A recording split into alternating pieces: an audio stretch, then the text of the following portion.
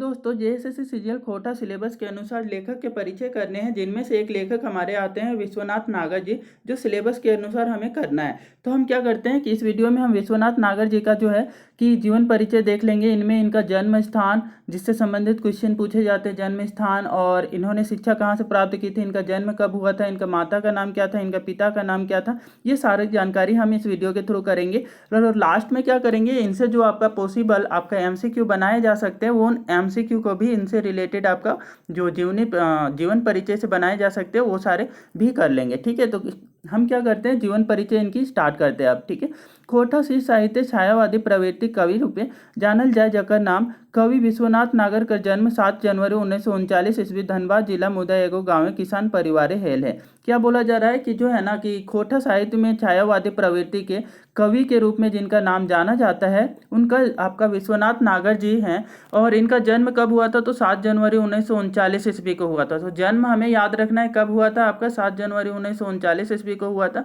पर कहाँ पे हुआ था, तो ये आपका धनबाद जिला में, लेकिन एक गांव में हुआ था, है ना। तो क्या बोला जा रहा है, धनबाद जिला में मुदा एगो गांव में है ले। ठीक है, तो इनका बाप एक नाम जादू रवानी और माँ एक नाम फुलमनी देवी है।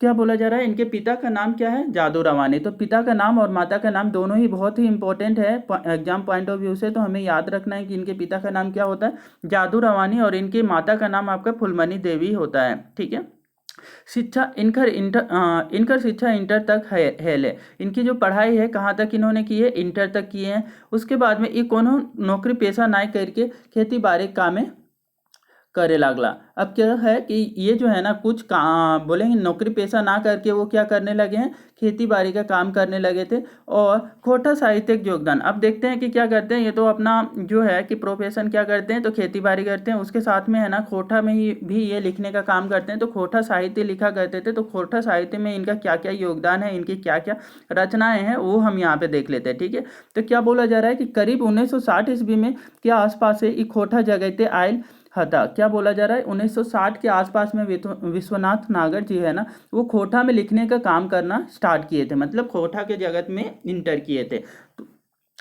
श्रीनिवास पानोरी जी खोटा साहित्य समिति बनवल हला। इस समय क्या बोला जा रहा है कि श्रीनिवास पानोरी जी जो होते हैं ना खोटा के लेखक और साहित्यकार, उन्होंने क्या है खोटा साहित्य समिति का गठन किया हुआ था। ओकर सचिव मनोनीत करल रहा। उसका सचिव क्या, विश्वनाथ नागर जी को इन्होंने बनाया हुआ था। श्रीनिवास पानोरी जी ने जब आपका खोटा साहित्य समिति का गठन किया, तो आपका विश्वनाथ नागर जी को इनको सचिव बनाया था। ठीक है, इनका स्वभाव सीधा सपाट रहे। विश्वनाथ नागर जी का जो स्वभाव था ना वो काफ़ी सीधा था, है ना, सिंपल किस्म के इंसान थे। छल प्रपंच जानत नहीं, ये क्या किसी टाइप का छल प्रपंच करना नहीं जानते थे।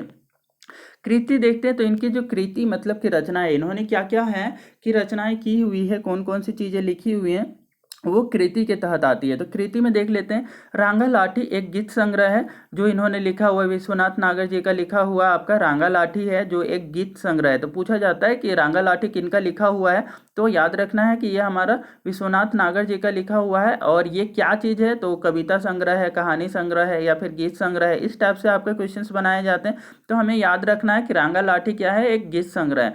सुलय साय खयाम तोर मधुर गीत और झींगा फूल, ये भी गीत संग्रह है। और झींगा फूल जो है वो अप्रकाशित रचना है इनकी, मतलब झींगा फूल जो गीत संग्रह है वो आपका प्रकाशित इसका नहीं हो पाया किसी वजह से। ठीक है, तो हमें ये भी याद रखना है कि जो आपका इनका विश्वनाथ नागर जी का कौन सा आपका गीत संग्रह अप्रकाशित रहा है, तो झींगा फूल आपका अप्रकाशित रहा है। ठीक है, तो ये सारे इनकी क्या है, रचनाएं हैं। अब देख लेते हैं परीक्षा उपयोगी महत्वपूर्ण तथ्य। तो इनको क्या करेंगे कि हम एग्जाम पॉइंट ऑफ व्यू से वन लाइनर के थ्रू फिर से इसको रिवीजन कर लेते हैं। ठीक है, इनका जीवन परिचय जो हमने देखा वो सारे क्या करेंगे, एग्जाम पॉइंट ऑफ व्यू से वन लाइनर के थ्रू रिवीजन कर लेंगे, फिर एमसीक्यू करेंगे। विश्वनाथ नागर का जन्म 7 जनवरी 1939 ईस्वी धनबाद जिला मुदा एगो गाँव है किसान परिवार है ले।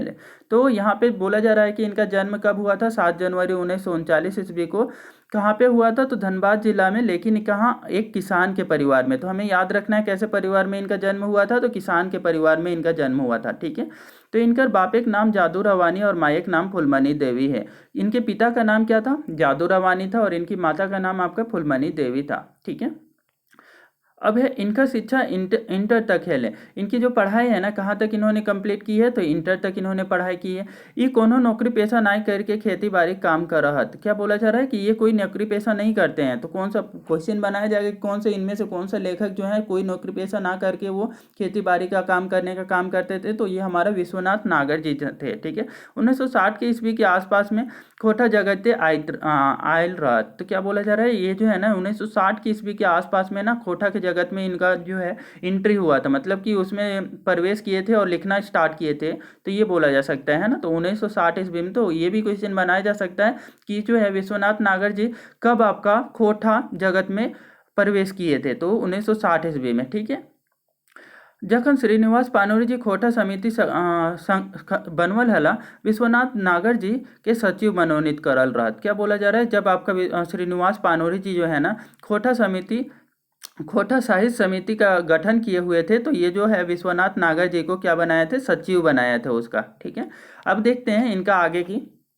इनसे रिलेटेड जो आगे की चीज़ें हैं वो अब क्या कर लेते हैं, वन लाइनर से जो भी चीज़ें बन सकती है वो कर लेते हैं। उसके बाद में फिर क्या करेंगे, हम इनका जो ऑब्जेक्टिव होगा वो करेंगे। ठीक है, इनका स्वभाव सपाट रहे, छल परपंच जानत नहीं। ये क्या है कि ये सीधे स्वभाव के थे और ये किसी टाइप के छल परपंच नहीं जानते थे। कृति, फिर से वो कृतियाँ बताई जा रही है कि एक बार क्या करते हैं, फिर से रिविजन कर लेते हैं क्या क्या रचनाएं थी इनकी। तो रांगा लाठी थी जो एक गीत संग्रह था, सुलह साई और खयाम तोर मधुर गीत, और एक है आपका झींगा फूल, है ना, झींगा फूल अप्रकाशित गीत संग्रह है। ठीक है, तो ये इनकी क्या थे, रचनाएं थी। अब क्या करते हैं, इनसे जो पॉसिबल आपके एमसीक्यू बनाए जा सकते हैं उनको देख लेते हैं। ठीक है, विश्वनाथ नागर के जन्म कैसन परिवार भेले रहन। तो क्या बोला जा रहा है, विश्वनाथ नागर जी जो है ना उनका जन्म किस तरीके के परिवार में हुआ था। ए ऑप्शन दिया जा रहा है अमीर परिवार में, बी ऑप्शन दिया जा रहा है गरीब परिवार में, सी आपका सुखी संपन्न परिवार में, डी राजा घरे।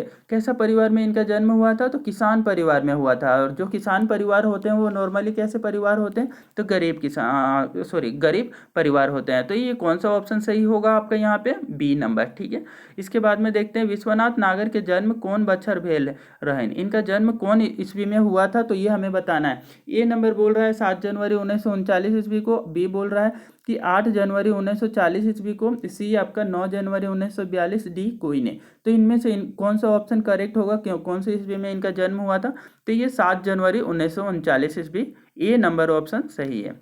इसके बाद में देखते हैं आपका विश्वनाथ नागर कहिया खोटा जगत में आयल रात। अभी लास्ट में ही इसको रिवीजन किए हुए हैं कि ये खोटा जगत में कब इंटर किए थे। ए आपका बोला जा रहा है 1956 ईस्वी में, बी 1957, सी 1958 और डी 1960। तो ये कब खोटा जगत में एंट्री किए हुए थे, तो इन्होंने जो है खोटा जगत में आपका 1960 ईस्वी में एंट्री किए हुए थे। तो ये हमारा क्या हुआ कि इनसे संबंधित जो पॉसिबल क्वेश्चन बनाए जा सकते हैं और वन लाइनर के थ्रू हम किस टाइप से इनको याद रख सकते हैं वो सारे हम इस वीडियो के थ्रू कर लिए। आगे की कुछ और भी एमसीक्यू लेंगे दूसरे वीडियो में।